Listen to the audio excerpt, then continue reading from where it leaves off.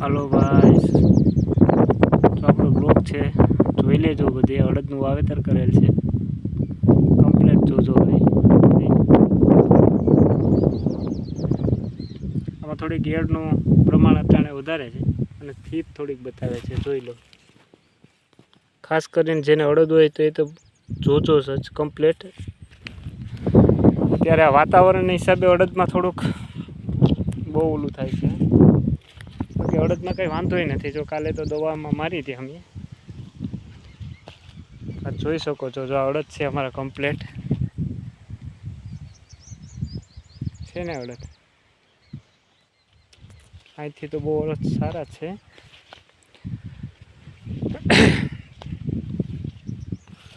જોઈ શકો છો, જો અડદમાં થોડુંક અહીંયા બતાવે છે.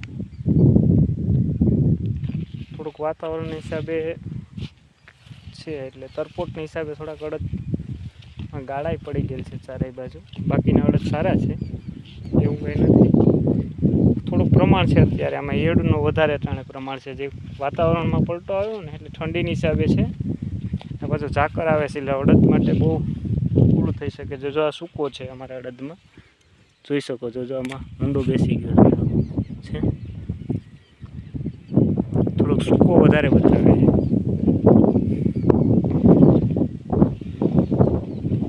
બ્લોગ બનાવવાનું કારણ છે કે આપણા અડદનું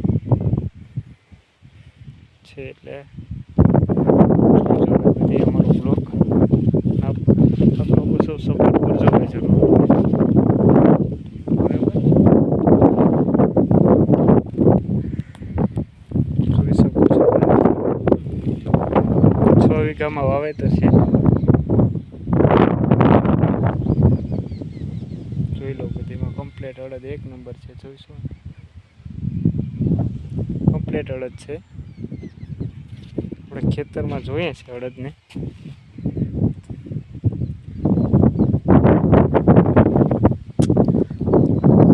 ત્યારે ફૂલ ફાલની દવા તો મારેલ છે. આમ હજી ક્યાંય ફૂલ દેખાતા નથી, ક્યાંય ફૂલ નથી દેખાતા ભાઈ. એડ જરાક વધારે દેખાય છે. પાછી એડનું પ્રમાણ વધારે છે. એડ છે અને સફેદ થીપ છે આમાં અત્યારે જો અડદમાં. પાછો છટકારો મારવો પડશે.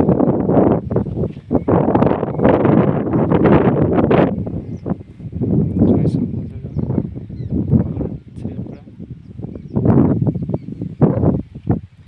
વ્યવસ્થિત જોઈએ આપણે શું છે અડદમાં હવે.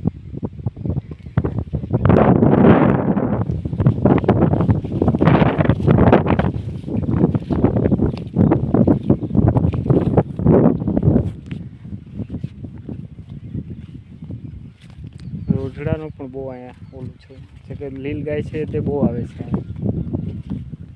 રાતના પણ ઝાંકવું પડે છે અહીંયા ભાઈ. તો અહીંયા લીલ ગાય અહીંથી બહુ આવે છે. જો અહીંથી લીલ ગાય છે, પશુ છે, જંગલી જનાવરનું તો બહુ અહીંયા પણ.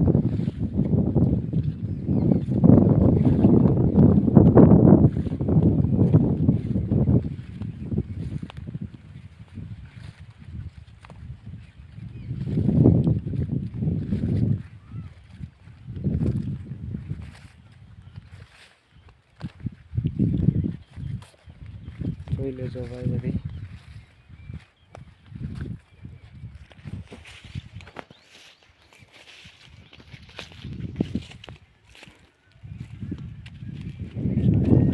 કમ્પ્લીટ જોજો ભાઈ બધી.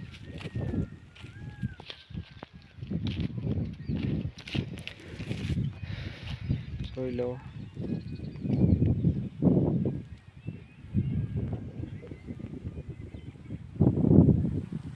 ઠીક છે, એ રસ્તો છે બાજુમાં.